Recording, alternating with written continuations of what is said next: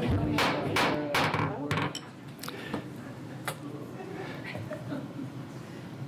wait till we got all the way back there? No? Welcome to the June 27th, 2023 board meeting. And just like to note, it's the last board meeting of the school year, technically. Even though the school year is over, we're still at it. And the superintendent and the district staff are hard at work. But it's a little milestone. Anyway, Mrs. Almaker, can you do the roll call at 5:04? President Kaminsky, Here. Vice President Kelly, Present. Clerk Wood, here. Trustee Cooper, Here. Trustee Du Sorensen, Here. Trustee Napier, Here. Trustee Sweeney, Superintendent Larson Everson, Present. and I'm Idalia Amaker. Thank you, Mrs. Almaker. Flag salute and moment of silent reflection to now be led by Trustee Wayne Cooper. Trustee Cooper, can you turn on your mic? Salute, pledge. I pledge allegiance to the flag of the United States of America and to the republic for which it stands, one nation, under God, indivisible, with liberty and justice for all.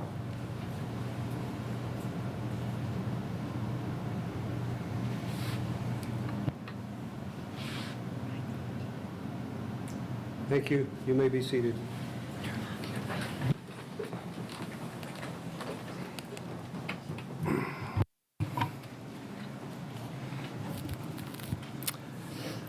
Item 2, approval of the agenda. Do I have a motion to approve tonight's agenda? Kelly, make the motion. Motion. It was motioned by Vice President Kelly and seconded by Trustee Du Sorensen to approve the agenda. All in favor, say aye. Aye. None opposed. Item 3, general function.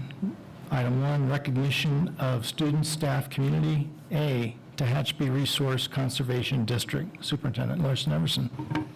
Thank you, President Kaminsky. We have the privilege this evening of recognizing some community volunteers, and they are from the Tehachapi Resource Conservation District. So I would like to invite them up here to the podium here so that we can recognize them. Mr. John Hammond, Ms. Julia Barraclaw, and Cheryl Kasdorf.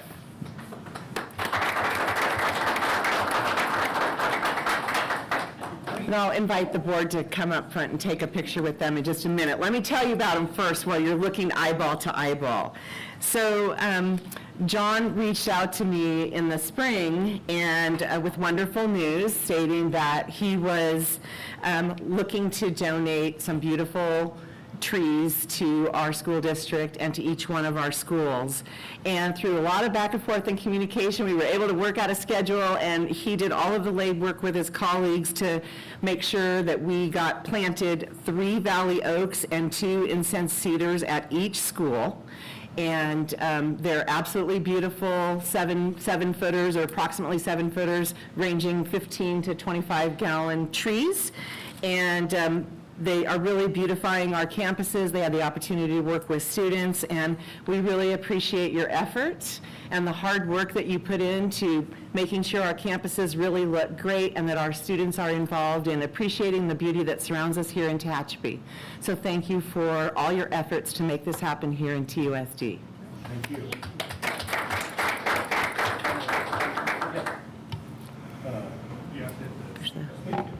Okay, thank you. This was a partnership between us, the Tehachapi Resource Conservation District, and the Tehachapi Cummings County Water District.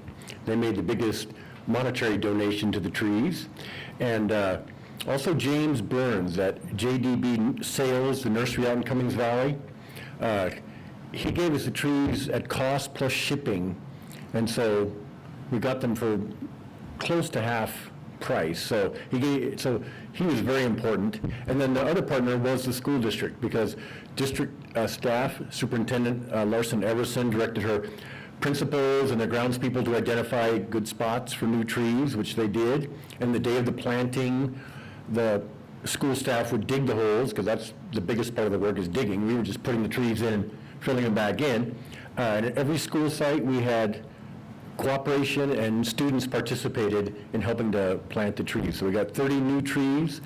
We call it the Trees for Schools project, and we would like to continue to do it for years to come. So like at the end of 10 years, we could say there's 300 or 400 trees that we've planted on Tehachapi campuses. And the kids who are in school now get to enjoy them, and then kids for many, many years, because Valley Oaks, live an average of 300 to 600 years. And so these trees will be benefiting Tehachapi for a long time to come. And something else to bear in mind is any place where there's green grass, there's already enough water to sustain native trees, because they're not even used to getting water in the summertime. And if there's green grass, they're getting enough water. So along areas where there's playing fields, areas that are outside the actual field of play, but they're still got green grass, many of those areas could have native Tehachapi oaks, Valley Oaks shading them. And so we're going to keep working with the school district each year to continue to plant trees. And one last thing, we planted and had 30 different holes dug in different sites, and some of them were a lot of clay soil. We did amending. Other ones were more sandy loam. The principal soil type in the Tehachapi Valley is sandy loam. But the very best one was the last one that we planted, and it was at Cummings Valley Elementary School near their soccer field. And there's a lot of clover mixed in with the grass. Clover is a legume, a member of the pea family, and all of them have nitrogen-fixing nodes on their roots, and they pull atmospheric nitrogen out of the air, and it trickles out through those nitrogen-fixing nodes. So years and years of this clover being mixed in with the sod, they dug that up and the soil was black, and so we didn't have to amend it at all. It was so good. And I see people buying things to spray to get rid of clover in their lawn, and clover gives you nitrogen for free. You don't need Miracle-Gro or something. It's pulling atmospheric nitrogen down. So if you're lucky enough to have clover growing in your lawn, you should just be grateful for the free fertilizer that it's providing. All right, thank you very much. Thank you to all of you. If you could stay for a minute, I'll invite the board to come on up in front of the dais and take a photo.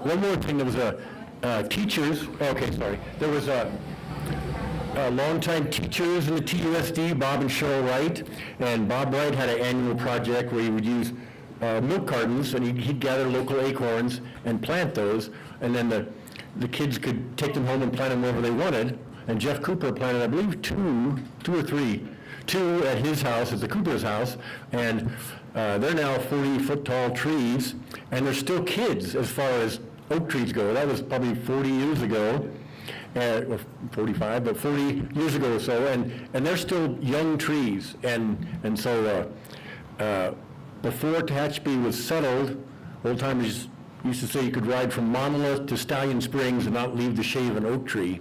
And when I was a kid, I went to see how many Valley Oaks, how many native oaks were left in the city of Tehachapi. And I rode my bike around, and I rode my bike around, and there was only one. I looked everywhere, and the only one's a blue oak on the Ursula family property across the tracks on I Street, the corner of I and Green Street. That's the only remaining native oak that precedes the city of Tehachapi. And it's a blue oak, not a valley oak, and they grow more slowly. So this tree has a a diameter of about this big around, but it's probably 250 years old, and it's still doing good. So it's gone from there, and I was very sad. It was like the last truffle tree from what there used to be in the Tehachapi, in the city of Tehachapi. And since then, I've been involved in multiple tree plantings. There was Trees for Tehachapi, there was Relief Tehachapi, multiple different tree planting projects in the last 40 years. And the city has also planted a bunch along Tehachapi Boulevard in places. Golden Hill School has some beautiful big valley oaks they put in right when they built Golden Hill School. So there's some beautiful valley oaks there. There are now hundreds and hundreds of valley oaks within the city of Tehachapi, and we want to make thousands, so. Thank you, John. Superintendent update. Superintendent Larson Emerson. Thank you, President Kaminsky. Let Mr. McKay get the presentation up for you. Hard to believe that it's the last update for this school year, but I guess it's upon us. So here we go. It's not too long, as I'm sure you'll be happy to hear. We can't do it, though, without doing some hoorays, because that's a tradition that we share the good in alignment with capturing kids' hearts. So I just have a few. We'll go to the next slide, starting with summer school, daycare, and our extended school year. Our 2023 summer school, daycare, and extended year programs are well underway. They started on June 14th. And listed, you can see the enrollment count for each of the programs, and we have a total of 542 TUSD students benefiting from one of our summer offerings. I want to thank all the summer school staff, including teachers, paraprofessionals, and our summer school leadership for ensuring that our students have a positive, enriching, and supportive summer experience. Hooray! Hooray! Thank you. Also, just another quick hooray that is linked to the CSBA, California School Board Association Golden Bell application. I'm proud to share with you that TUSD has submitted an application to CSBA for recognition for our Tehachapi Mountain Science Camp programs for grades 3 through 5. We're very proud of these programs and the academic as well as social emotional learning opportunities that our students receive through participation in the 3rd grade camp and the 5th grade camp. So whether or not TUSD receives official recognition from CSBA through this award program, we're very proud of the uniqueness of this program, the pride it builds in our students for our community, and you know, it's an amazing learning experience that they have, and they really have a lot of fun. Sometimes they're a little bit cold, and sometimes they're a little bit hot up there, but they have a great time. And I want to thank President Kaminsky for taking the time to read our Golden Bell application, and we needed his endorsement, as well as my endorsement, to proceed and submit that application. So I'll keep you posted if we hear something back. Hooray! Hooray. All right, not part of the hoorays, but an informational piece I do want to share with you about our Tehachapi High School Top 10 seniors. As you're aware, at our last board meeting, the board had the privilege of recognizing and celebrating this year's Top 10 seniors from Tehachapi High School. Unfortunately, following the celebration, I learned that there was a communication error that resulted in 3 families not receiving a phone call invitation to attend the board meeting so that their student could be here. So I want to offer my sincerest apology for this and hope that we'll have the future opportunity here in the boardroom on August 8th at the next regular board meeting to recognize and celebrate these outstanding students so that we can honor them as they so well deserve.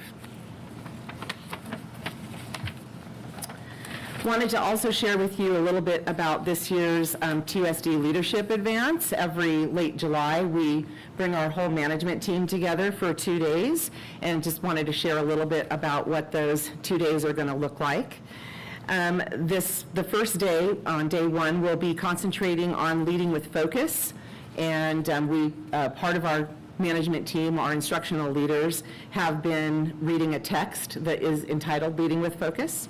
And it's also about building a sense of urgency and responding to our students' needs and the work that all of us do on behalf of students. So we'll be looking at some data and talking about our core values as a leadership team, and talking about what are those areas that we really need to focus on and those areas that we need to stop trying to do so much. We really need that intense focus. So related to this, we'll be diving in and exploring each one of the circles of control. I don't know if that's a concept that you're familiar with, but if you look at the circles up there, I know it's kind of small, but there's 3 circles. And one is the circle of concern. That's the outer circle. The next inner circle is the circle of influence, and then the very inner circle is the circle of control.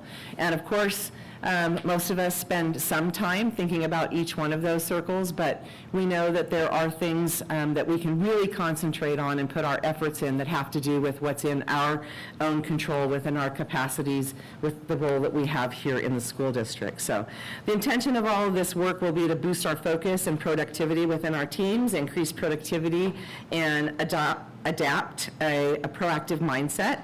As a team, we'll be discussing common expectations, collaboration, communication, and goal setting. And then on day 2, we'll be joined by Capturing Kids' Hearts. Our consultant will be out to work with us again, and this is a leadership blueprint recharge. And each member of our management team, once again this year, is developing their 360-degree leadership profile with input from 6 to 8 colleagues that are part of the management team. And this whole process helps us reflect on our own leadership styles, as well as strengths and areas in need of further development. So our leadership advance is something that I look forward to each year, and it's an opportunity for us to really connect together as a team and work our focus so that we can benefit our students when they return. So that leads us into talking about the Welcome Back event, which will be on August 8th. And this year's Welcome Back will be held once again here in Central Park. And all of our staff, it's the time when they come back from summer vacation, they get to reconnect with each other, and we launch our focus for the new school year. So we'll be holding our Welcome Back meeting on that date, on August 8th, and our theme this year is It's Today.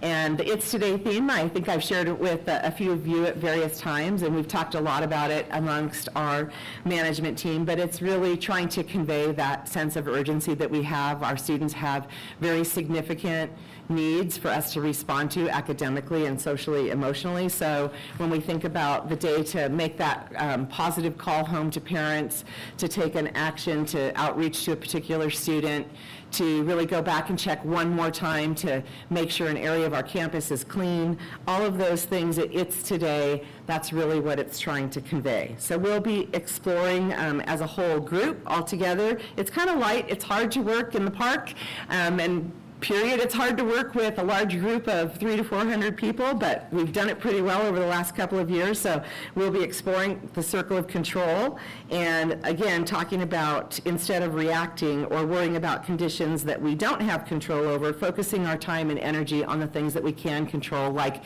teaching from bell to bell, making the most of that instructional time, and the things that, as an educational team, we really, truly can impact. So it's always a morning that's filled with energy and excitement, and it's a great way to launch the new school year. And we have a beautiful new logo for this year, so we're not giving up our hearts just yet. You'll see there is a little heart embedded there in the arrow, and that's all part of, reaching new heights. It's all about today, and Tehachapi is a beautiful place. We have wonderful students, and we want to make it happen to the best of our ability each and every time that we have our students with us. So that is what our Welcome Back is looking like.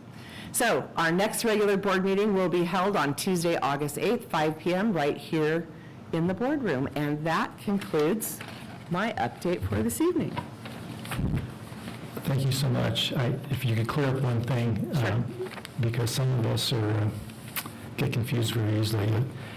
The board meeting on the 8th and the Welcome Back on the Monday the 8th. That's my error. Thank you for catching that. For somebody who claims that they might get confused, I think you've got eagle eyes, and I'm the confused one. It's Tuesday. Oh, hold on. Let me look at my calendar. So the 7th is, August 8th is the Tuesday. So Yes. the Welcome Back is on the 7th. 7th. Yeah, so that was my mistake, Monday, August 7th, and you'll be getting an email from me summarizing, if there's members of the board who want to attend and visit on the Welcome Back event. I was going to ask what time it was on Monday. 8 to 8:30, we have a continental breakfast, and then we launch the program at 8:30. And it's relatively short, about hour and 15 minutes to an hour and a half. We do have buses that shuttle from each of the school sites because the parking is limited here in Central Park, so staff is able to get on a bus from their school, come on over to the park, and then the bus takes them back, and then once they go back to their school site, then they have meetings and work to do at their school site because they're trying to get ready for the kids to come back on Wednesday. So good job catching that. Thank you. The 7th is the welcome back. Thank you.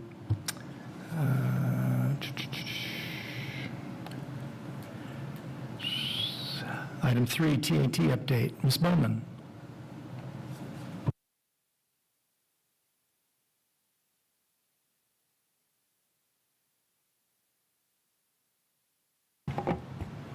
Good evening, members of the board, President Kaminsky, Superintendent Larson Everson, members of the public. I'm Val Bowman, I'm the president of TAT. So I don't really have a speech tonight. Teachers are far and wide. Teachers are in Europe, teachers are in Alaska, teachers are everywhere. They're doing projects at home, they're winding down from the end of the school year. Not too many are preparing yet for the beginning of the next school year. They'll probably get in teacher mode in a couple of weeks. But we're glad the school year's over, and we'll look forward to the next one in a couple of weeks. But in the meanwhile, we know this is your last board meeting. Thank you for everything that you've done for us this year, and have a good summer. Thank you, Ms. Bowman. Item 4, CSEA update. Seeing none, we'll go to number 5, PTO update. You're on vacation. Everybody's on vacation except us. Okay, item 6, board communications. Anyone? I would just offer to all the trustees, or 2 of you anyway, I had commented to the superintendent in an email how impressed I was with the amount of students attending some version of summer school. And I'd just like to go check it out one day, but by the time I think I can, it'll be over. So It's over on the 14th. I'll send some dates to Superintendent Larson Everson, and if it can work out, fine. If not, that's fine too. But Very good. it's a lot different than when I was an active member of the district. All right. Item 4, public comments. Public comments will be allowed. The board president will recognize any member of the audience wishing to speak on items not on the agenda but directly related to school business. Pursuant to Board Bylaw 9323, the board may limit comments to no more than 3 minutes per person. Public comment will also be allowed on each specific action item prior to board action. The president may allot time to those wishing to speak, but no action will be taken on matters presented, and no discussion of non-agenda items will occur. If appropriate, the president or any member of the board may direct that the matter be referred to the superintendent's office for placement on a future agenda. I see no goldenrod forms in front of me, but is there anyone in the public that would like to make a comment? You're on vacation. Like I said, everybody's on vacation but us. All right. Item 5, consent agenda. Items on the consent agenda are normal in routine in nature, and which board discussion is not anticipated, and for which the superintendent recommends approval. I was informed by the superintendent as I arrived here that items 12 and 13, item 12, approval of provisional internship permits of variable term waivers for the 2023-2024 school year. And that has an adjustment on the form. Mr. Garza, his waiver has failed to go through, and so he is removed from the consent agenda, and that also affects item number 13, approval ratification of public employee appointment, again, without his name which is on the report, needs to be removed. So just to make it a little cleaner to me, I'm going to pull those two items off the consent agenda. And is there any other items on the consent agenda that a trustee has a question with or feels need to be set aside for separate approval? I don't have any other items, but I don't see his name on the most recent certificated personnel report. Okay. He was removed from, it impacted a change on the certificated report. They were able to change that one because it's an attachment, but when you look at item 12, we can't change the actual agenda item itself, as Mr. Kaminsky just stated, so that's why we just need to state it. So I'm okay with just 12. Okay, yeah, I will just ask that we vote separately on item 12. So do I have a motion to approve the consent agenda, items 1 through 11 and 13? Kelly, make the motion. Motion. It was motioned by Vice President Kelly, seconded by Trustee Du Sorensen to approve the consent agenda, items 1 through 11 and 13. All in favor, say aye. Aye. None opposed, motion passes 6-0. Then item 12, approval of provisional internship permits or variable term waivers for the 2023-24 school year. And you see the names there without Mr. Jesus Garza. I need a motion to approve that. Motion. Kelly, a second. It was motioned by Trustee Du Sorensen and seconded by Vice President Kelly that the board approve the provisional internship permits for available term waivers for the 2023-2024 school year with the 4 names listed minus Mr. Garza. All in favor, say aye. Aye. None opposed. Motion passes 6-0. And at that time, we have perhaps Superintendent, you might introduce them before we take our 5-minute recess? Correct. Thank you, President Kaminsky. I wanted to introduce you to a few of our new team members who are here this evening, who were listed on the certificated personnel report. And if they don't mind standing when I say your name, we have Miss Kimberly Lewis, and she is joining our team at Tehachapi High School as our new vice principal at Tehachapi High. So welcome. Yay. And then also we have Mr. Tay Mock, and he is our new Director of Special Education. So welcome, Mr. Mock. Welcome, Mock. So when we have our break, I would invite each of you to come and introduce yourselves and get to know them a little bit. We do have a few refreshments at the back for your enjoyment. All right, so we'll adjourn or recess the meeting at 5:30 for 10 minutes. Oh, 5 minutes.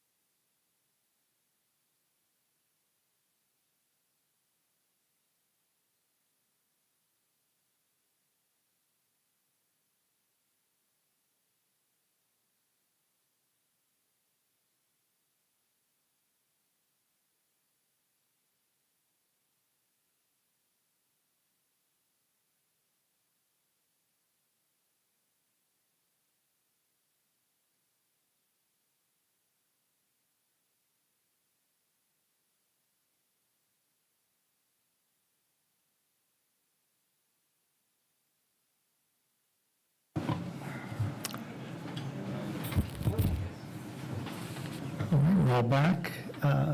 Ms. Zumker, resuming the meeting at 5:44. And we're going to item 8, Superintendent Larson Everson. Thank you, President Kaminsky.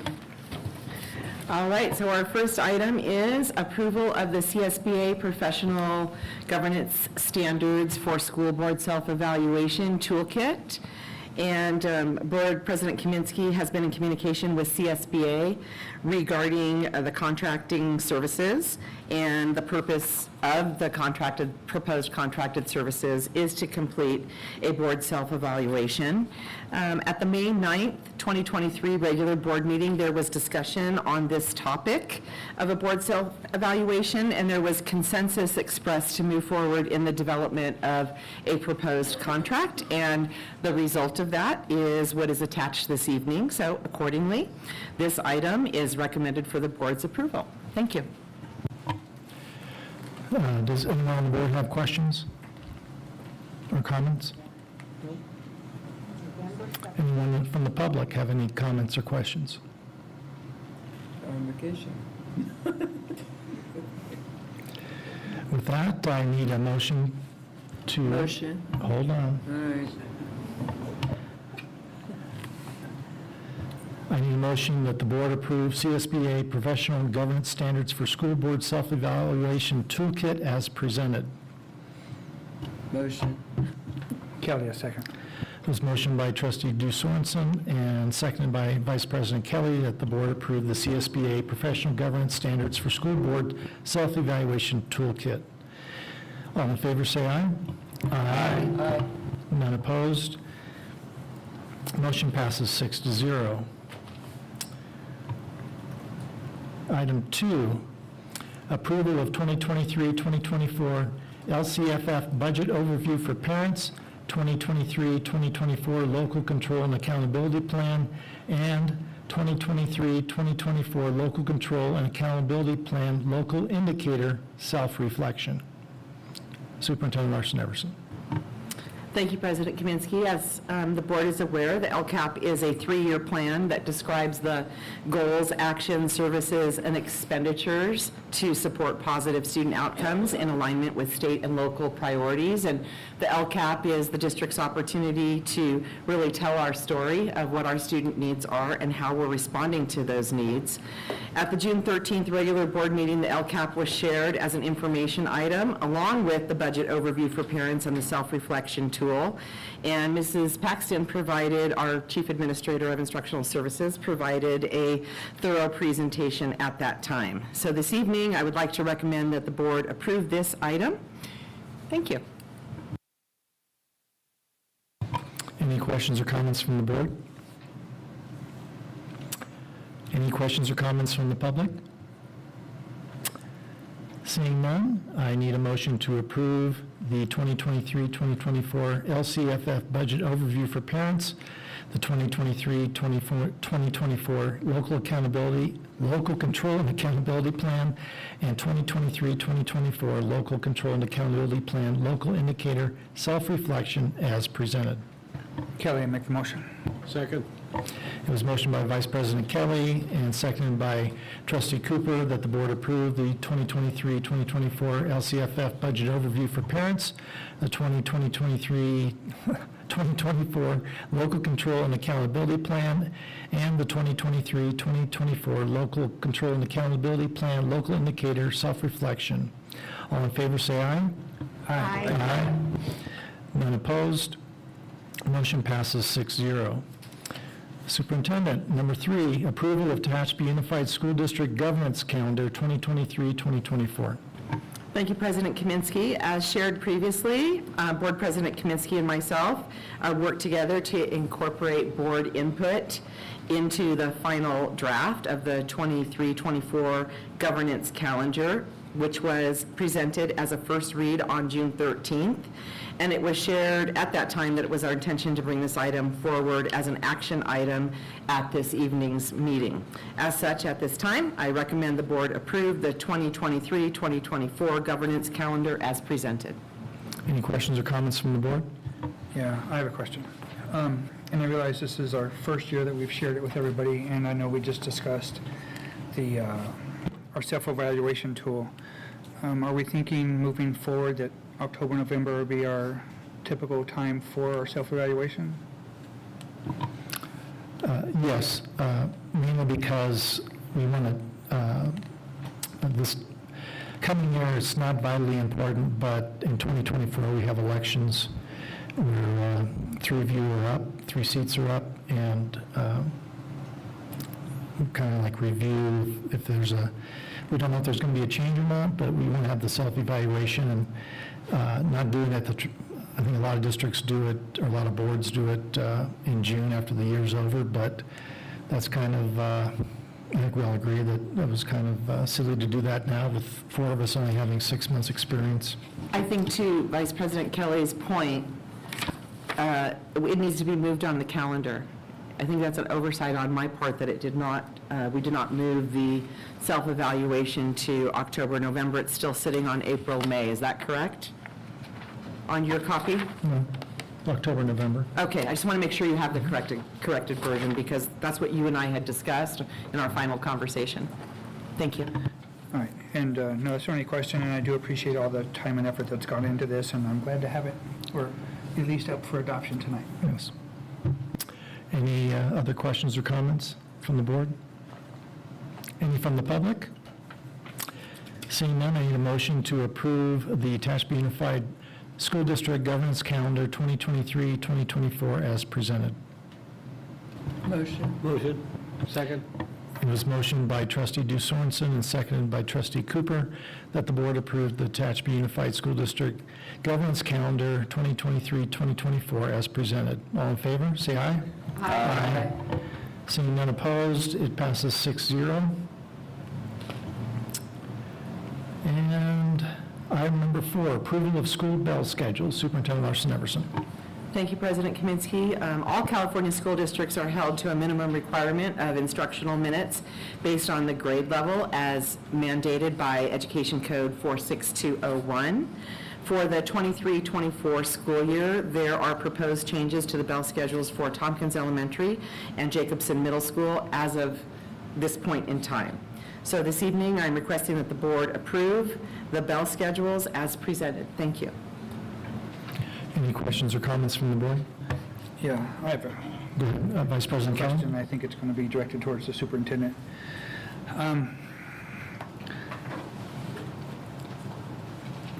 For overrun minutes, which is a good thing. I mean, some of them are a little strange because of the TILA and the Membro, and those minutes are a little more so off. Since you've been here, have we been roughly over this? Because I don't recall seeing one this detailed, and maybe that's just me. So last year, Mr. Antazari and I worked, what you used to get was what the board, would come before the board, looked a little bit more similar to what is presented for TILA this evening as an attachment. It just was kind of like on one sheet and would give the different schedules. But really, our obligation is to verify and make sure that we're showing the calculation and meeting the minutes for each of the schools.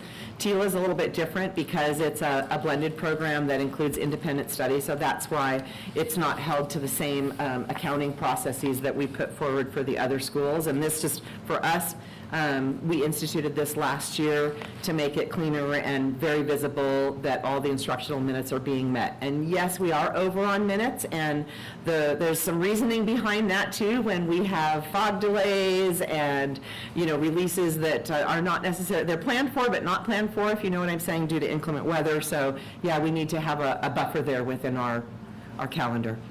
Thank you. Yeah, I'd rather have a buffer to the positive versus the negative, and I do appreciate the amount of detail and work that's gone into this for our information. Thank you. You're welcome. Yes, I'd like to thank the principals and the counselors. Having played with a few bill schedules in my heyday, it's a pain in the neck, to be honest. You have to add up all those minutes, you forget a recess or whatever, and then you check with business, and the minutes have to work out, and anyway. Good job. If I might say, President Kaminsky, I know for both the schools that have changes currently, there was a lot of thought and conversation that went in of, how do we leverage the time, again, thinking about it's today, every minute in school counts to really make sure that we're servicing students the best that we can. And I know that there's still a few other bell schedule-related conversations going on out there, but they're not significant to lunch times. They're tweaks for minimum days, assemblies, and things like that. So those will be coming forward in August. Thank you. All right, any other questions or comments from the board? Any from the public? Seeing none, I'm looking for a motion for the board to approve the school bell schedules 2023-2024 as presented. Motion. Kelly, a second. It was motioned by trustee Drew Sorensen and seconded by Vice President Kelly that the board approve the school bell schedules 2023-2024 as presented. All in favor, say aye. Aye. Seeing none opposed, motion carries 6-0. Thank you, Superintendent Larson Everson. And we go to Mr. Tazarian, business.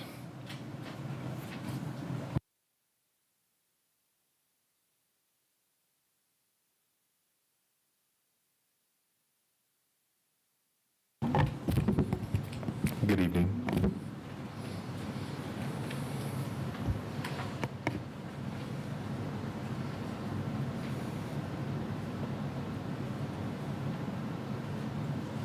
Do I start?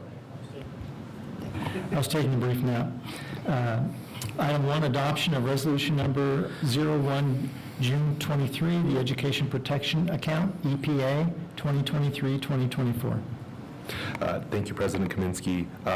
Proposition 30 in 2012 passed the Schools and Local Public Safety Protection Act, and this approved by voters provided proceeds from income tax and other forms from the state in order to support school and education and the rising costs. The Education Protection Act funds is part of the local control funding formula, so just a brief refresher.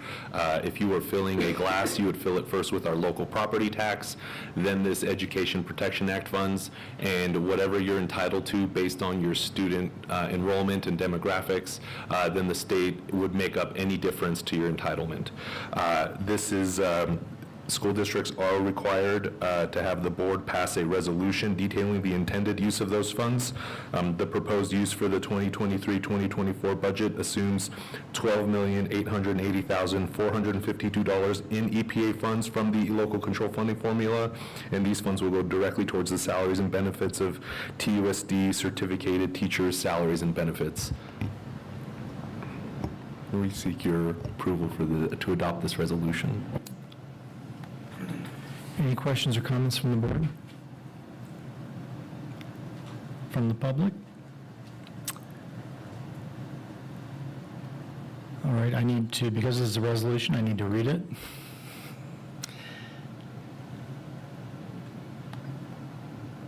Oops.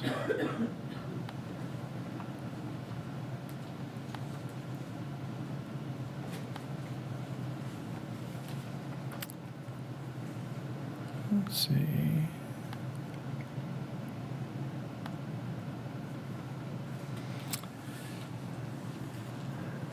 The Education, Attachment Unified School District, the Education Protection Account, EPA 2023-2024, Resolution Number 01-JUN23.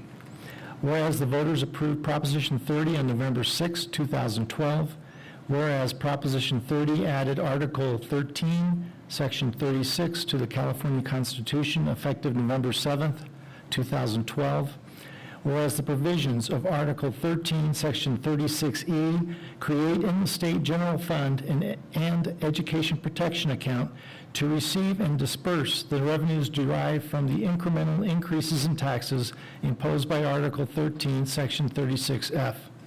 Whereas before June 30th of each year, the State Director of Finance shall estimate the total amount of additional revenues less refunds that will be derived from the incremental increases in tax rates made pursuant to Article 13, Section 36F that will be available for transfer into the Education Protection Account during the next fiscal year. Whereas if the sum determined by the state controller is positive, the state controller shall transfer the amount calculated into the education protection account within 10 days preceding the end of the fiscal year. Whereas all monies in the education protection account are hereby continuously appropriated for the support of school districts, county offices of education, charter schools, and community college districts.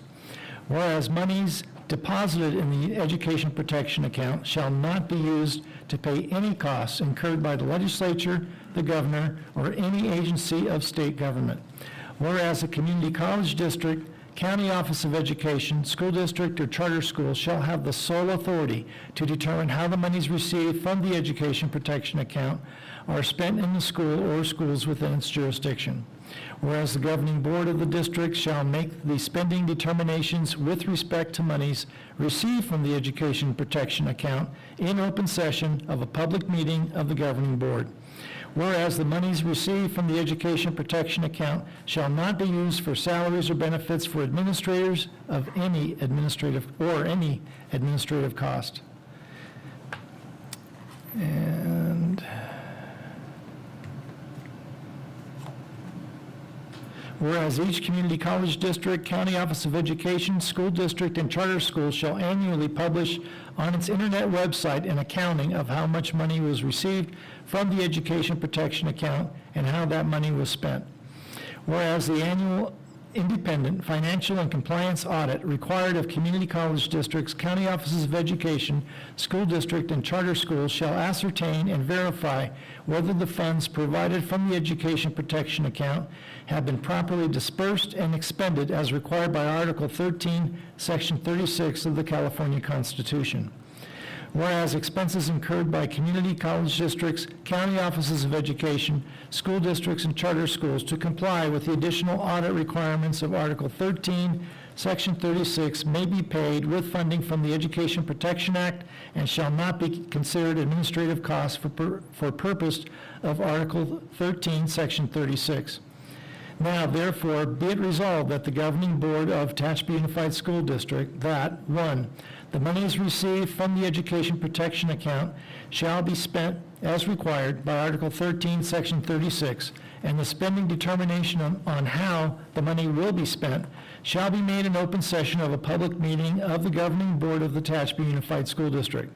2, in compliance with Article 13, Section 36E with the California Constitution, the governing board of the Tehachapi Unified School District has determined to spend the monies received from the Education Protection Account or Act on instruction. And I need a motion to approve this resolution. Kelly, make the motion. Motion. It was motioned by Vice President Kelly and seconded by Trustee Cooper that the board adopt Resolution 01JUN23. And this is a roll call vote. Mrs. Armaker?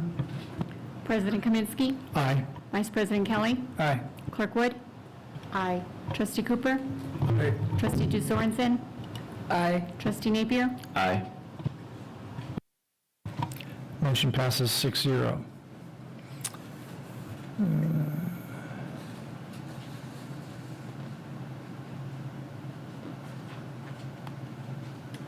Item 2, I'm sorry, whoop.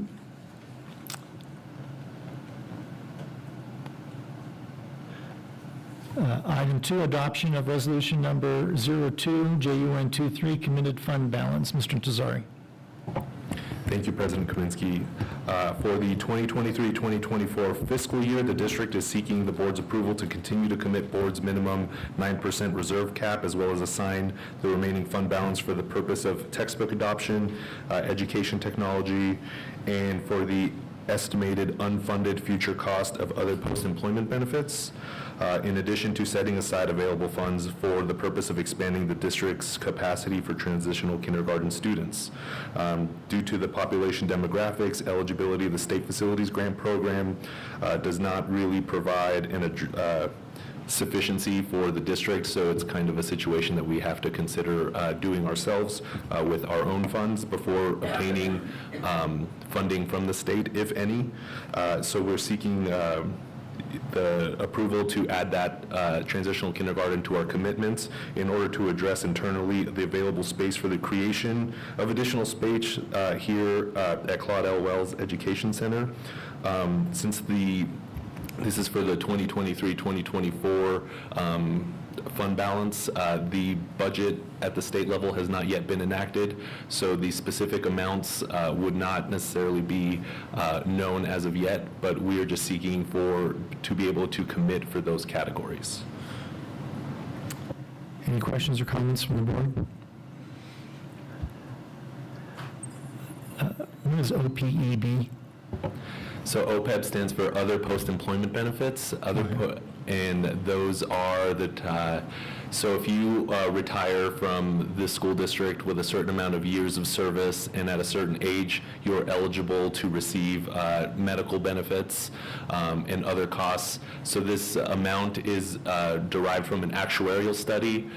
So we engage an actuary to determine how many retirees we have, when they age out of that benefit, how many current employees we have that are eligible for that benefit, and what the future costs might be. Thank you. Any other questions? Any from the public? And this is another resolution. It's much shorter, however. Resolution of the Board of Trustees of the Tehachapi Unified School District regarding the commitment of the general fund and special reserve for other than capital outlay fund balance for the year ending June 30th, 2024. This is resolution number 02JUN23. Whereas the governing board is the highest decision-making authority for the district, and whereas the governing board has adopted a fund balance policy that provides for committing funds for specific purposes, and whereas the committed fund balance classification reflects amounts subject to internal constraints self-imposed by the board, and whereas the governing board of the Tehachapi Unified School District seeks to reserve funds in the committed fund balance for specific purposes. Now therefore be it resolved that the Tehachapi Unified School District Governing Board commits to utilizing portions of its general fund ending fund balance as indicated by the committed fund classification in its financial statements for the following purposes: board 9% reserve cap, textbook adoption, technology, traditional kindergarten, TK, facilities, and unfunded OPEB liability. I need a motion to approve resolution number 02JUN23. Motion. It was motioned by trustee Cooper and seconded by trustee Sorensen that the board approve resolution number 02JUN23. And Mrs. Armaker, it's a roll call vote. President Kaminsky. Aye. Vice President Kelly. Aye. Clerk Wood. Aye. Trustee Cooper. Aye. Trustee Sorensen. Aye. Trustee Napier. Aye. Motion passes 6-0.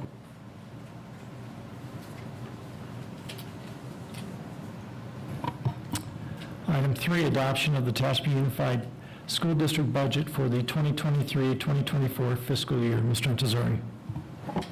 Thank you, President Kaminsky. At the last regular board meeting, we presented the 2023-2024 proposed budget. Just a brief run-through. We project revenues from the local control funding formula to be $48,752,923. This assumes a 1% year-over-year enrollment decline, which is pretty good compared to other school districts in California, so we're excited about that. This figure also assumes a 91% student attendance rate, so not just how many students we have, but how frequently they attend. And then we received confirmation today that although the state's budget has not been enacted, that the 8.22% COLA that is assumed for this revenue is intact, and so we can continue, we can expect that to be received. Hooray. So including state, federal, and local revenues of approximately 16 million, we estimate a total revenue of $64,841,028. So 64.8, just because I'm going to go through the expenses. So for the salaries and benefits, we assume about $48,887,000. This figure takes into account step and column increases and also increases to benefits such as CalPERS. In regard to expenses, non-salary related expenses, we assume about $16,096,000. This assumes similar spending levels, but incorporates consumer price index, so like a number for assuming inflation of 3.54%. So the total revenues, again, were about $64.8 million, and we are projecting conservatively expenditures of $64.98 million. Bless you. Any questions or comments from the board? I just wanted to, first, thank you. It's a lot of work.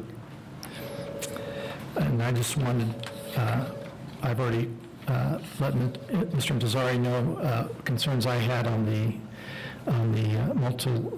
multi-year projections and the reserve percentages. We go from, oops.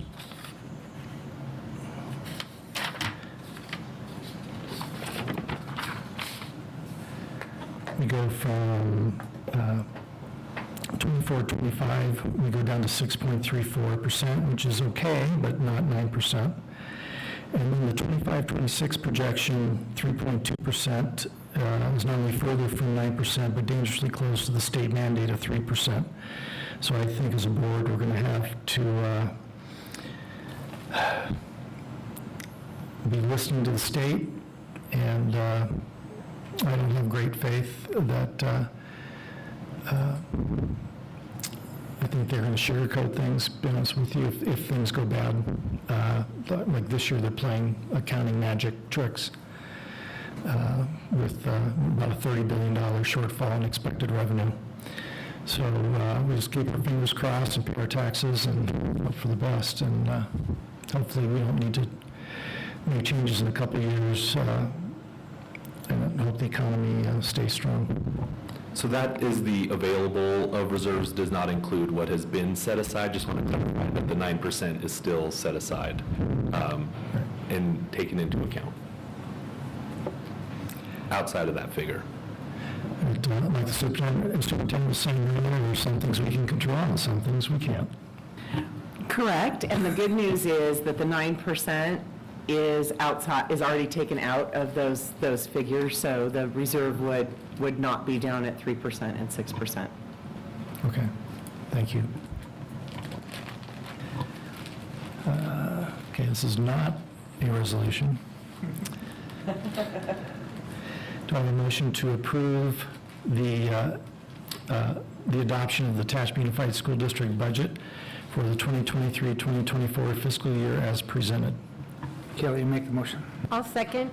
It was motioned by Vice President Kelly and seconded by Clerk Wood that the board approve the adoption of the Tehachapi Unified School District budget for the 2023-2024 fiscal year. All in favor, say aye. Aye. Any opposed? Seeing none, motion passes 6-0. President Kaminsky, this requires a roll call vote. What was it? Because it's adoption of the budget, so even though it's not a resolution, it's still a roll call vote item.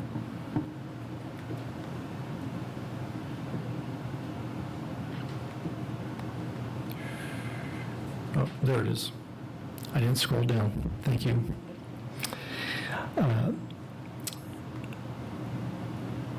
Mrs. Homaker? President Kaminsky, Aye. Vice President Kelly, Aye. Clerk Wood. Aye. Trustee Cooper, Aye. Trustee Sorensen. Aye.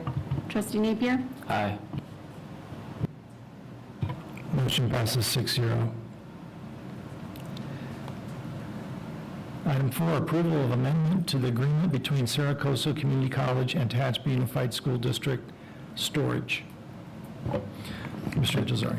Thank you, President Kaminsky. The Saracoso Community College leases space at the Tehachapi Education Center, and we have been working with Dr. Chad Hauk, Vice President of Finance and Administrative Services, and he requested that they be able to use unoccupied space in order to install, for a storage unit to be installed. When this was brought at the April regular board meeting, the feedback was provided to get confirmation from the city of Tehachapi that they would approve the unit, and I appreciate that because there were some caveats that we were able to clear up.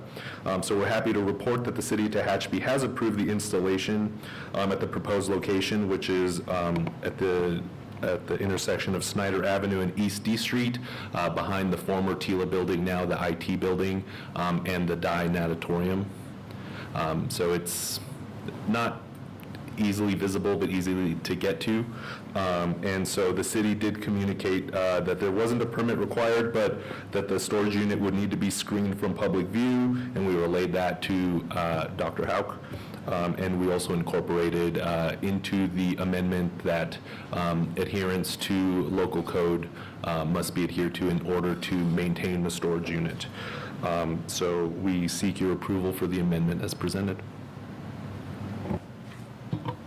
Any questions or comments from the board? Sorry, I did want to clarify, my apologies. So we did receive clarification yesterday that there is no permitting required, which also means that there is no permission from the Planning Commission. And according to the email, that as far as adhering to the screening, everything else is good to go. Okay, thank you. Any questions or comments from the board?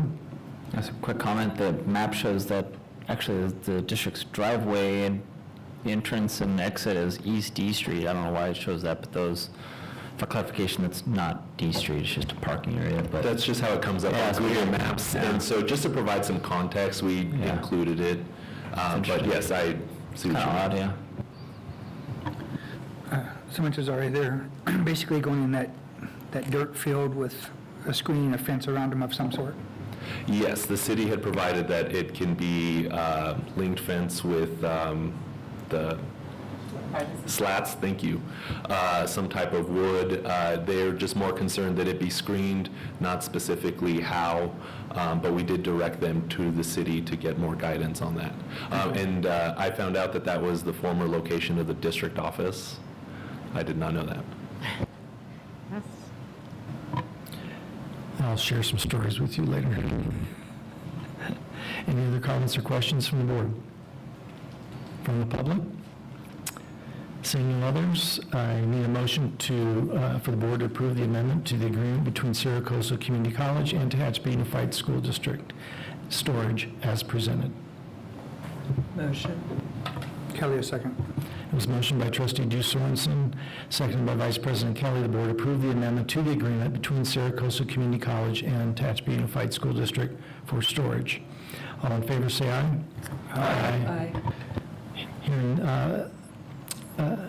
none opposed, motion passes 6-0.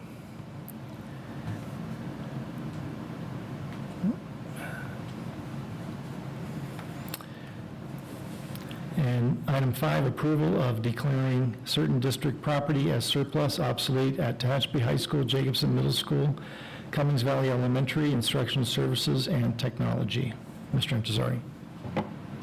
Thank you very much, President Kaminsky. The schools and departments that you listed are requesting that the obsolete, broken, or expired items that are listed in the attachment, consisting of things like furnishing, old instructional materials, expired hand sanitizer, be considered surplus so they could be properly disposed of, and we seek your approval. I'm just looking at the THS. Those English books are over 20 years old. They were, yes.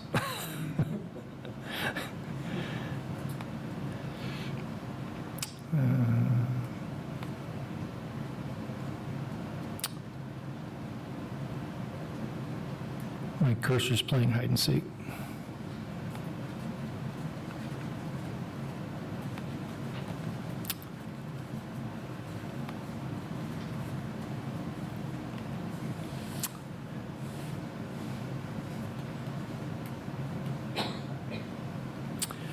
I need a motion for the board to approve declaring certain district property as surplus and obsolete at Tehachapi High School, Jacobson Middle School, Cummings Valley Elementary, Instructional Services and Technology as presented.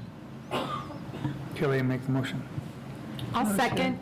It is motioned by Vice President Kelly, seconded by Clerk Wood, that the board approve the declaring certain district property as surplus obsolete at Tehachapi High School, Jacobson Middle School, Cummings Valley Elementary, Instructional Services, and Technology. Roll call vote, Mrs. Onaker. President Kaminsky. Aye. Vice President Kelly. Aye. Clerk Wood. Aye. Trustee Cooper.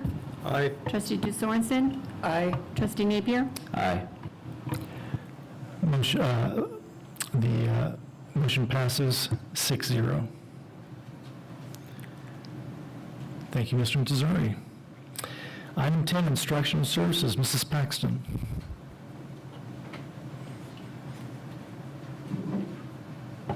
Good evening.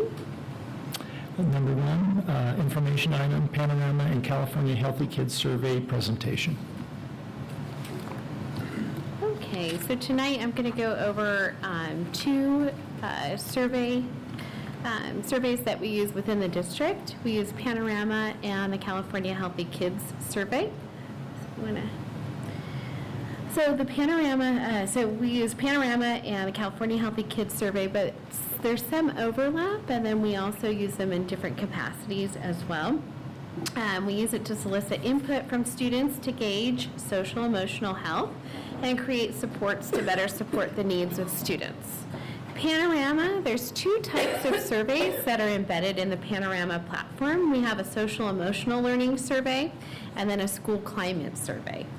The school's climate survey is administered 3 times throughout the school year to all students in grades 3 through 12. So we do one at the beginning of the year in August, mid-year, and then in the spring. And we also utilize in August a social emotional learning survey to students in grades 3 through 12, and that survey identifies students. It's more personalized about what students may need additional supports, and it indicates that they may need to work with maybe one of our school social workers. School climate survey identifies school-wide problems and provides comparative data to identify areas of need and then also areas of growth throughout the school year and when you compare school years to school year. The California Healthy Kids Survey, we administer that survey once a year to 5th, 8th, and 9th grade students. And 11th, staff and parents are also surveyed using the California Healthy Kids Survey. And this provides a snapshot from key educational partners about social emotional health of TUSD students. So these are the results of our Panorama survey, and I compared 21-22 and 22-23. This is a nationally normed survey. Most data points from the survey administered during the 2023 fell within the 60 to 79th percentile range. So when looking at this, the percentage points up here, this is the number of students that responded favorably to those indicators, but where that ranked, the percentile ranking was 60 to 79th percentile range. School climate was our weakest area with a percentile ranking range of 0 to 19%. Sense of belonging was also a weaker area with a percentile ranking range between the 40 and 59th percentile.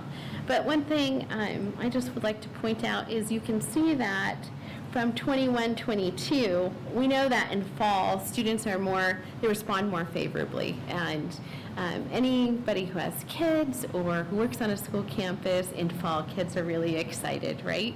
And just like the board at this time of the year, you're fatigued. And so I think that explains why we see the significant decline from fall to spring. But in most instances, from when you're comparing 21 to 22, we see growth for our elementary students. Okay. At the secondary level, percentile rankings range between 0 to 19th percentile, except for school safety. Our relative strength fell in the area of school safety with a percentile ranking between the 20th and 30th percentile range. So definitely more of an area of need at our middle and high school students. There was a relative strength also with teacher and student relationships, which I'd like to associate that with capturing kids' hearts, I think that definitely played a part in that. Okay, California Healthy Kids Survey. So some things to kind of identify. So in elementary, it's an opt-in model. So in my office, I prepare a letter to inform families that we're administering the California Healthy Kids Survey. And in order for fifth graders to participate, the parents have to send a permission slip back to the school.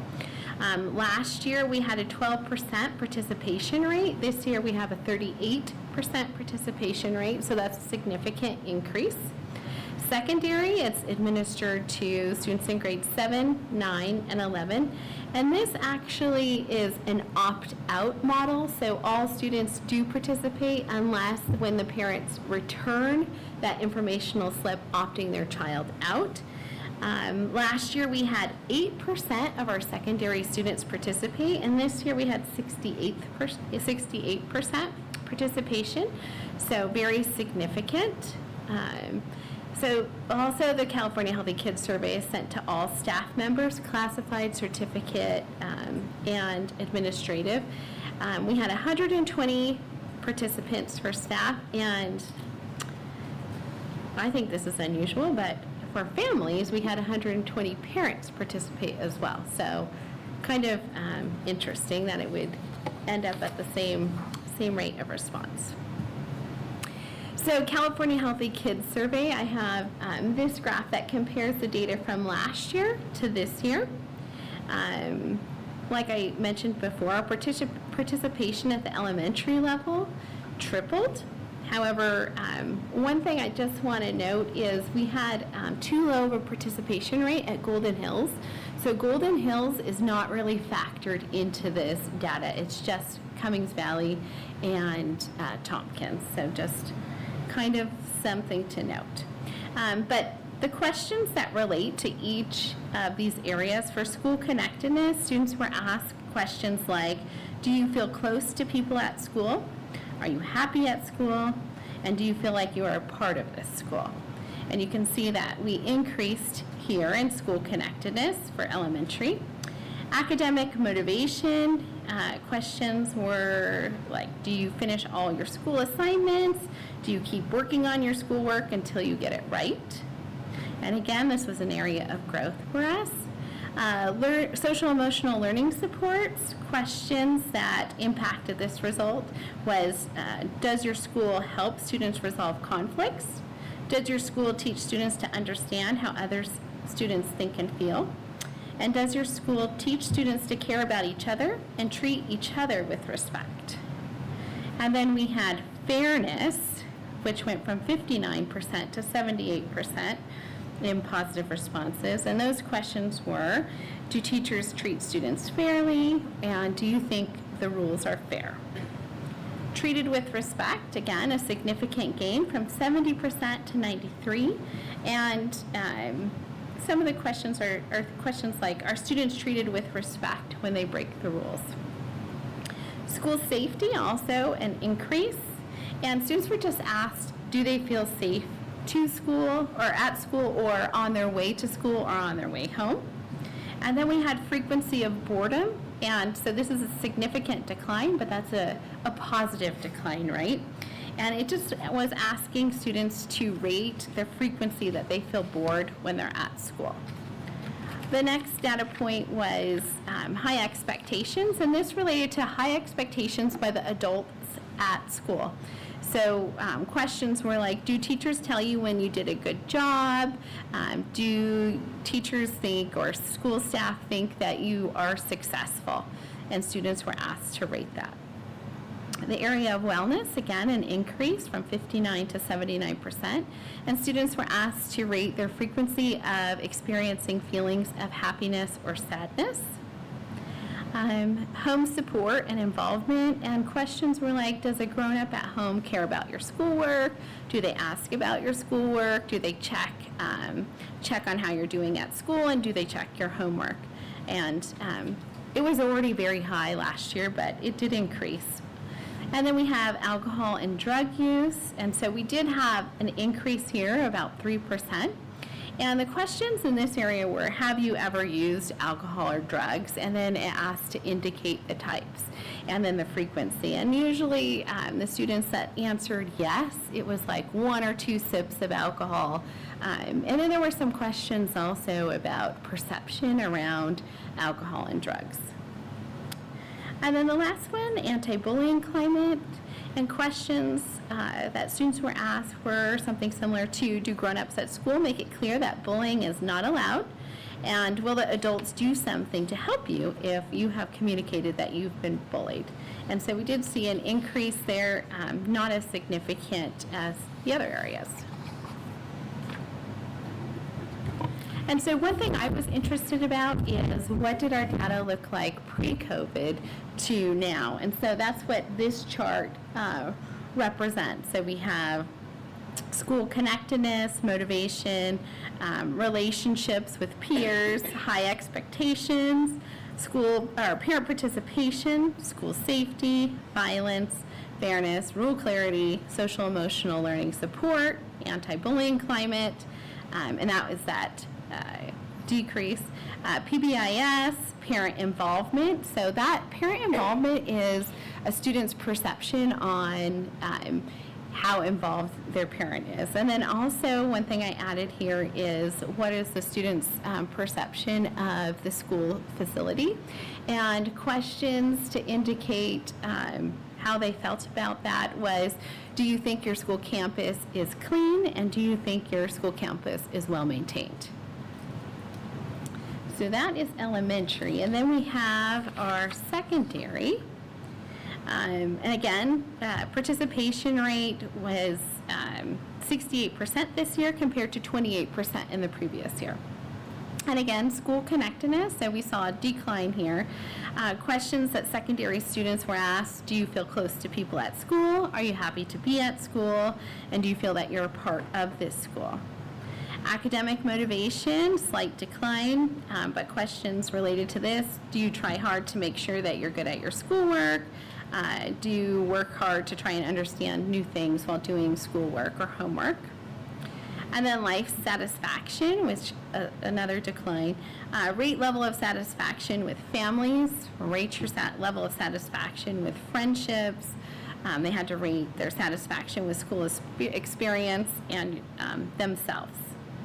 And then meaningful participation. This was more about, like, do you feel like your decisions make an impact at the school?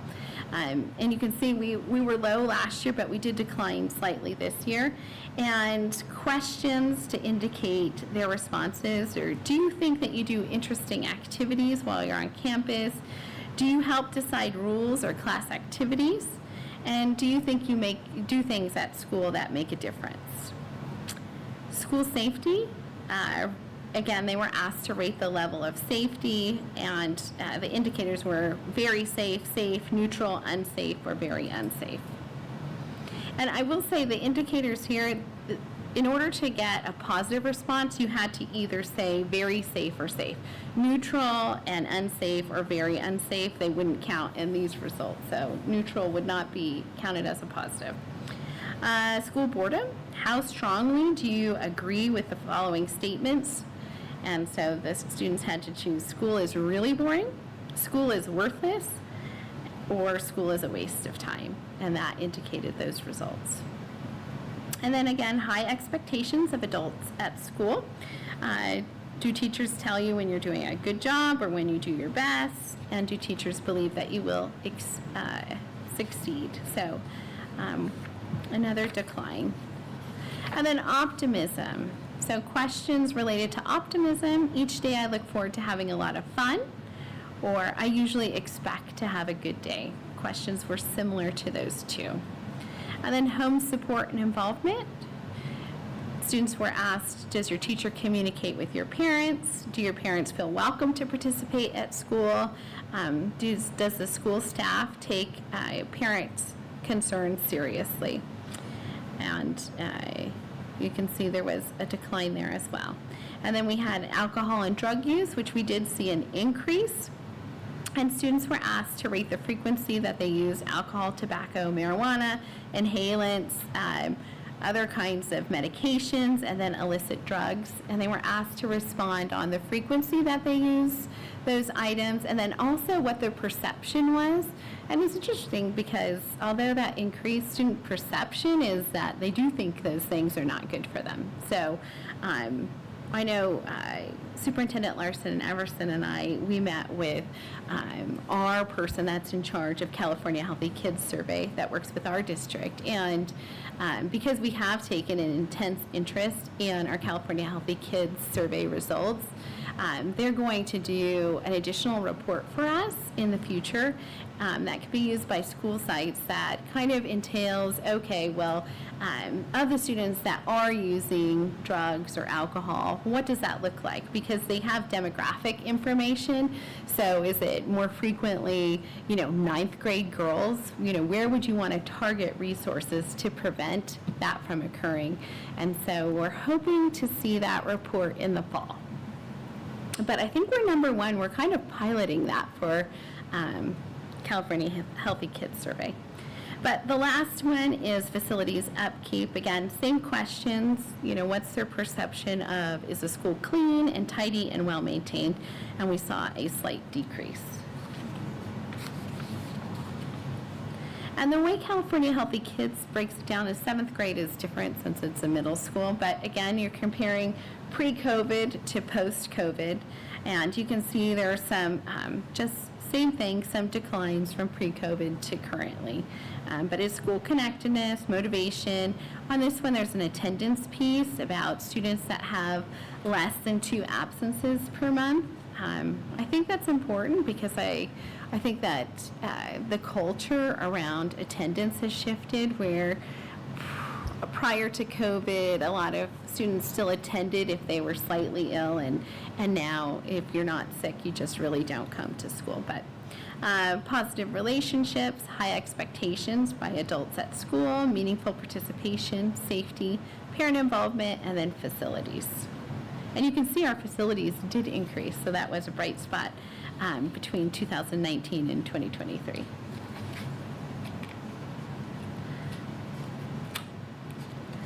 And then for high school, I wasn't here previous to COVID, but for some reason our high school students didn't participate in 2019. So I put the 2021 or the 2020 data to compare. And again, it's the same data points, although we don't see that same marking on facilities for the high school that we did at the middle school. So. And then we have the data points between parents and staff, which one thing that's not on this chart, but I thought was really interesting, was meaningful participation. Our high school students rated meaningful participation pretty low, but our parents actually rated meaningful participation as really high. I want to say the results for high school was between 70 and 90% of favorable responses from parents. So parents were feeling like high school students did have a lot of opportunities for meaningful participation at school. But parent involvement. Parents rated it at 51%, staff 33%. So some of the questions were, is the school welcoming, and does it facilitate parent involvement? Does it encourage parents to be active partners in educating their child? Does the school or teacher communicate with parents about learning expectations? For learning environment, is the school supportive and inviting place for students to learn? Does the school promote academic success for all students? Does the school emphasize helping students academically? Is it a safe place for students, and does it motivate students to learn? For caring adults, the questions were, adults at this school really care about every student, so parents and staff had to mark if they were in agreement or in a disagreement with that statement. Does the staff acknowledge and pay attention to all students? And do they listen to what students have to say? And then we have social emotional responsiveness. So how is the school meeting the social emotional needs of the students? So does the school encourage students to feel responsible for how they act? Is the school encouraging students to understand how others think and feel? Are students taught that they can control their own behavior? And there is a significant disparity or difference between parents and staff, which is interesting. I think that they're looking at two different vantage points for sure. I mean, when your child comes home, you're having an individual conversation with your child. So just kind of interesting. And then students treated with respect. We have, this was not on the staff survey, that's why there's no percentage there. But the questions were, does the school handle discipline fairly, and are students treated with respect? And then we have substance abuse, and again, parents and staff were asked to rate the significance of the problem of substance abuse using a 4-point scale. Was it insignificant, a mild problem, moderate, or severe? And then facilities upkeep, rate the cleanliness and level of maintenance of the facility. And the last one is school a safe place for students. And then this is just a comparison of the 2022 data to the 2023 from parents. And you can see there are some bright spots definitely from the parents' perspective, parent involvement. I know at the district level we've added a lot of opportunities for parents to get involved with Citizens Task Force. We have the Facilities Advisory Group. And then because the COVID restrictions went away, I mean, there were a lot of opportunities for parents to get on campus this year.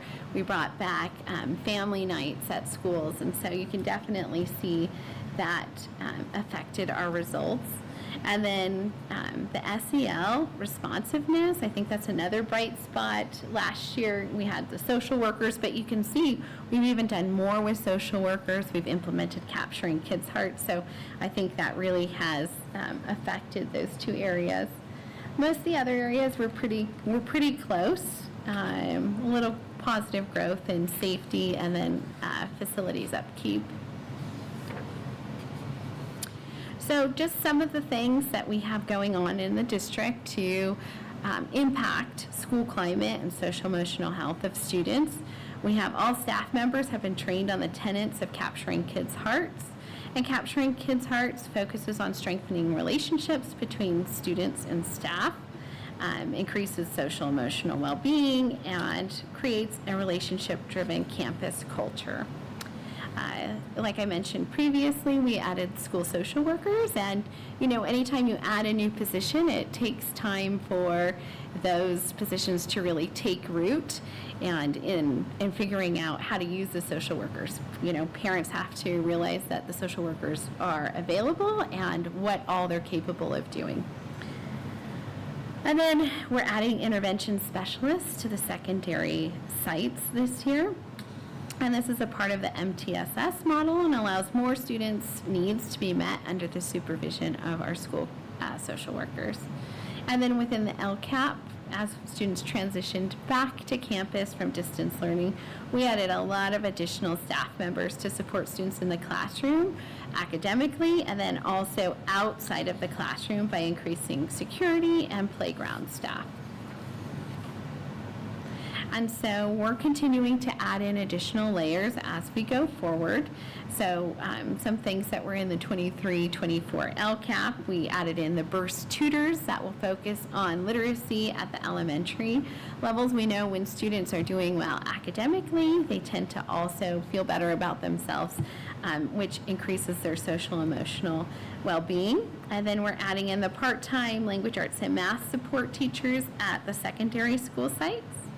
And then one thing we talked about earlier in the year is the differentiated assistance action plans, which forces the district and also every school site to continually monitor and review academics and SEL data to measure effectiveness in programs. And when things are not running how we anticipated, it forces us to look at that and retool programs in order to prove that what we are doing is effective for students. And then we're continuing to deepen our implementation of Capturing Kids' Hearts. Superintendent Larson Everson mentioned that earlier tonight. Every site will have a Capturing Kids' Heart leadership team that's going to be called Process Champions. And they'll be responsible for measuring implementation of Capturing Kids' Hearts at their site and then providing professional development at their site. Site administrators will have a Capturing Kids' Hearts lead that's part of our Capturing Kids' Hearts team that will assist in their implementation at their site. And as a district, we will continue to train new staff members and model Capturing Kids' Hearts principles for staff and students. And that's it. Any questions or comments from the board? I have a few. I've already sent them to Mrs. Paxton, the superintendent. I looked at something that you didn't present, and that was the bedtimes and students who ate breakfast. And that slightly more than half of the secondary students don't eat breakfast. And a third of seventh graders go to bed after 11 o'clock p.m. And over 40% of 9th and 11th graders go to bed after 11 p.m. If you're in school tired and hungry, you're not going to do well. And I don't have any solutions. I'm just very concerned. Well, I mean, one thing is we do offer breakfast at all of our sites. So it is that breakfast That makes is it even more available. confounding. Yeah, breakfast is available. That's but true. If you have teenagers. But if you're late, you miss it.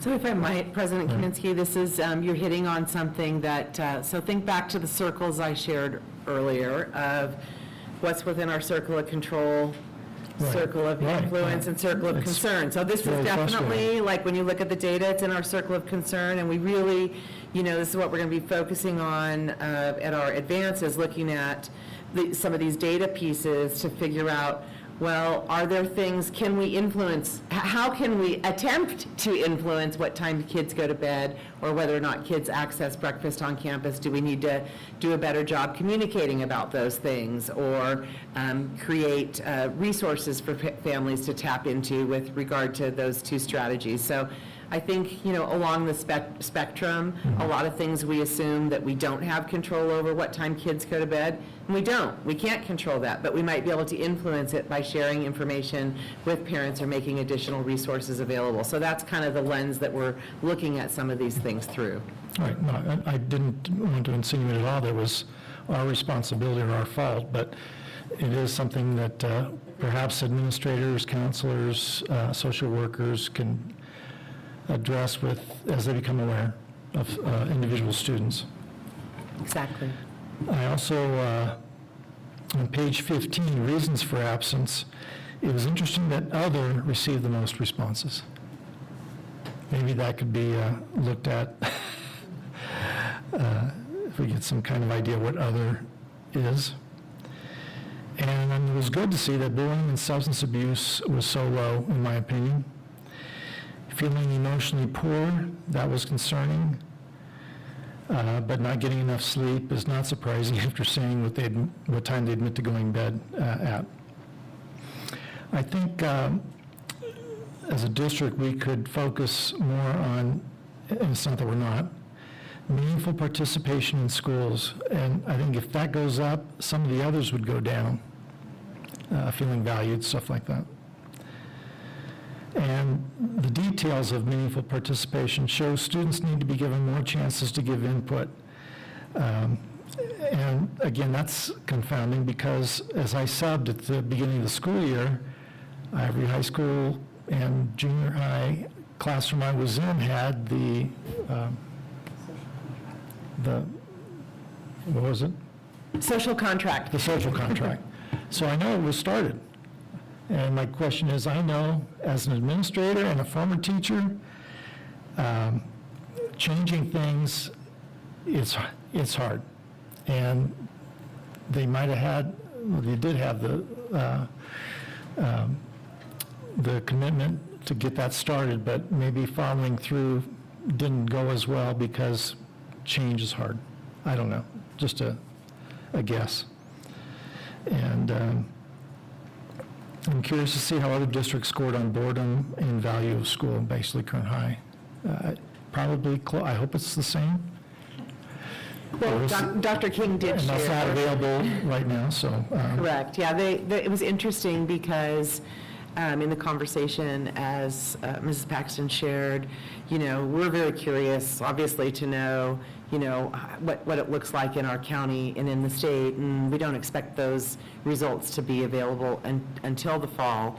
But based on Dr. King's experience in looking at individual data and working with districts, there were some trends that she shared with us that they're seeing an uptick, in her opinion, in schools all over, for example, anxiety with students.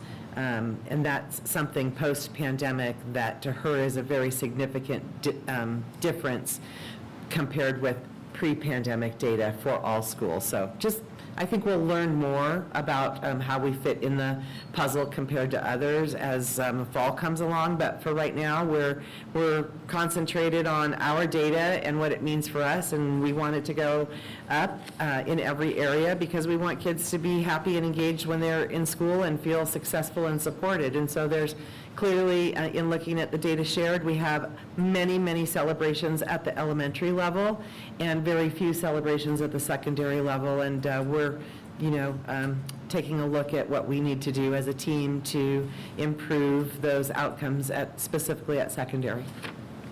Okay, so then I'm down to my 3 questions. Will student listening circles be reinstituted to hear from students on how engagement and participation can be improved? Yeah, so we actually started that work at the beginning of 2020, or 22-23, but it's going to continue so that we have every school site trained in listening circles. Yeah. So, because that's As that not where we continues, if we ended. could have, because we haven't received any information on the last school year, any of those happening, so if the board could be informed, just kind of like the top 3 ideas students had, because I know as a former participant, those the kids were great. Elementary, middle school, and high school, honest and creative with their ideas. And then, after commenting last week, or 2 weeks ago, talking to the superintendent, we were both very concerned about cell phone use at the secondary schools. And to be quite frank, I was astounded that California Healthy Kids Survey, then do the Panorama surveys address cell phone use and social media? No, the only question that references social media use is there's a bullying question about basically, have you ever experienced, Right. people spreading rumors about you via social media or distributing pictures about you? But that is really the only reference about social media See, or internet use. I would be willing to bet that those kids that are up after 11 o'clock are on their phones on social media. I would be willing to bet that. So I'd love to see questions like that on a survey. I don't know, you as a superintendent, or both of you can see if the question can be added in both surveys. Yeah, unfortunately for Panorama, we can't add surveys, or we can't Or add questions. questions. It's similar to California Healthy Kids Survey, that it is just, these are the questions. But we could advocate with both of those groups to have those types of questions added because they're of interest to us. Because there's a lot of vaping questions, which I'm glad to see, and that's actually our a bigger problem. Not that it's a serious problem, it's a problem here, but it's more serious than, the use is more than tobacco and alcohol. And that is something that Dr. King mentioned that, is not just, it's across the state, is they're seeing significant problems in that area. Okay. Well, thank you so much. That's about a 100-page document, not counting the panorama, that you did very well to give a concise but informative presentation.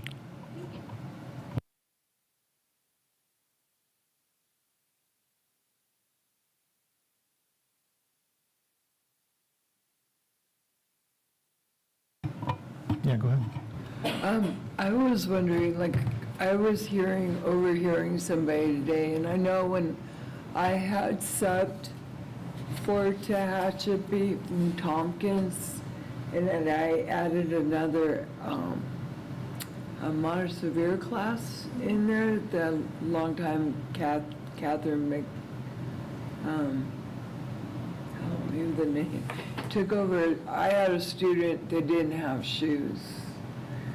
And I know that can be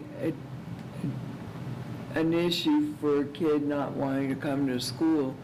And I heard somebody today saying, you know, some of the kids don't have shoes to come to school, so they don't come. In another district, I know our district is differentiates and social economics and backgrounds. I mean, all races, all blue collar, low collar, whatever. And I was wondering, because you're talking about social emotional, and this can really damper a kid from wanting to come to school. What can we do or set, if there's a program set up at the school, for the school district, that people can donate these essential things? Or if a kid's missing a backpack, or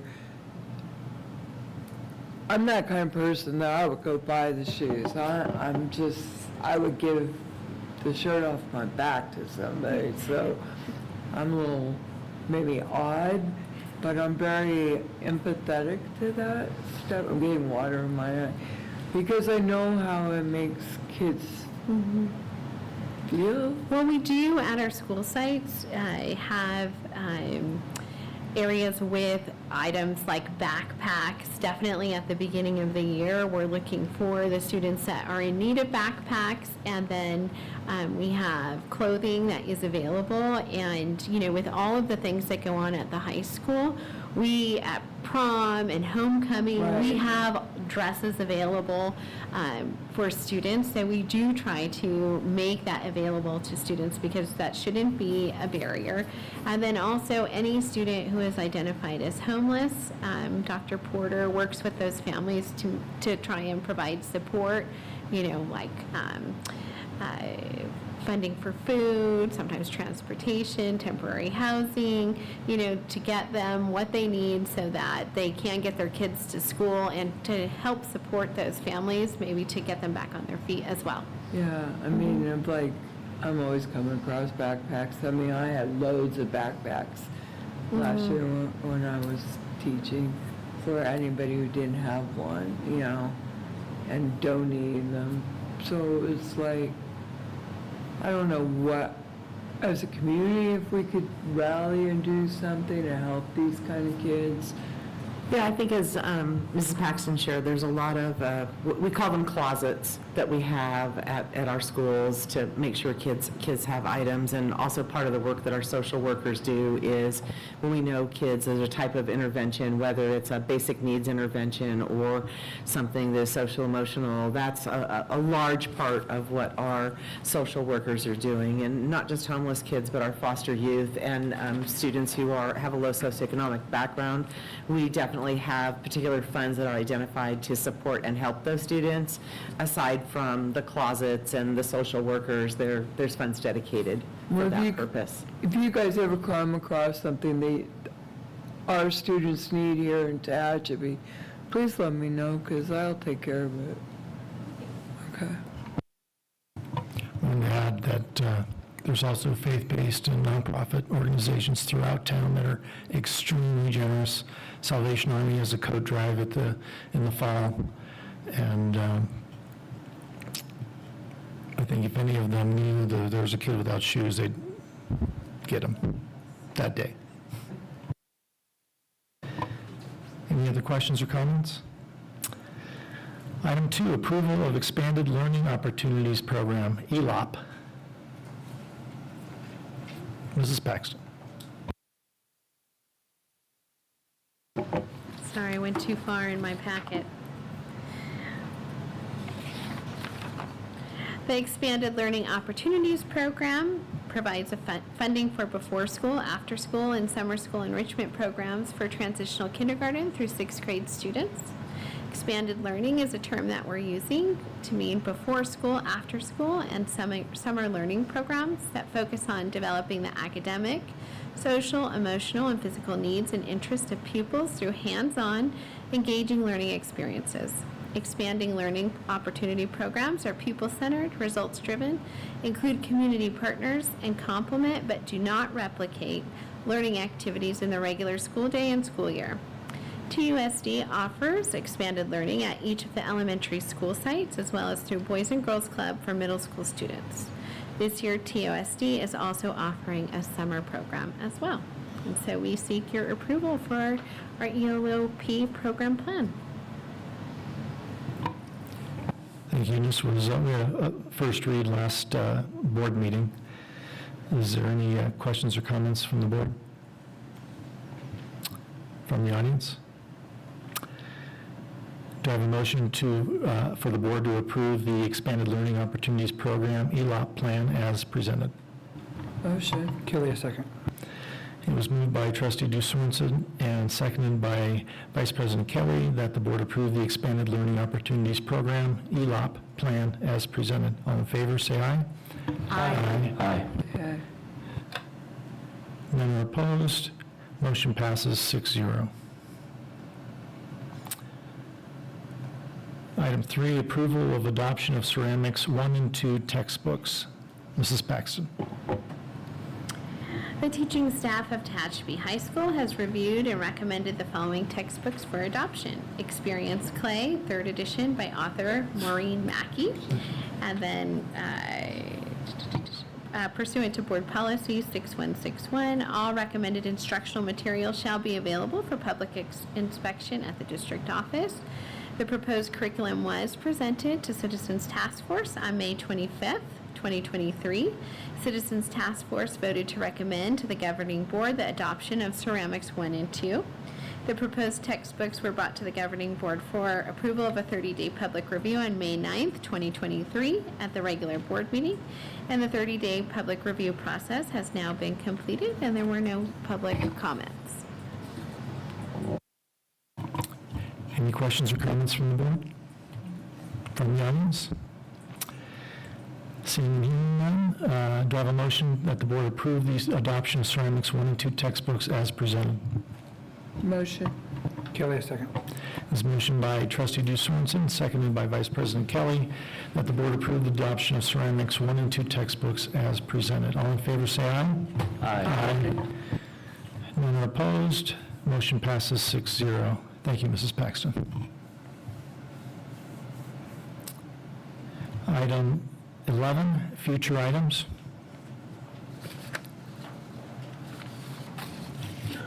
Does any trustee have a item they would like either agendized or informational in character?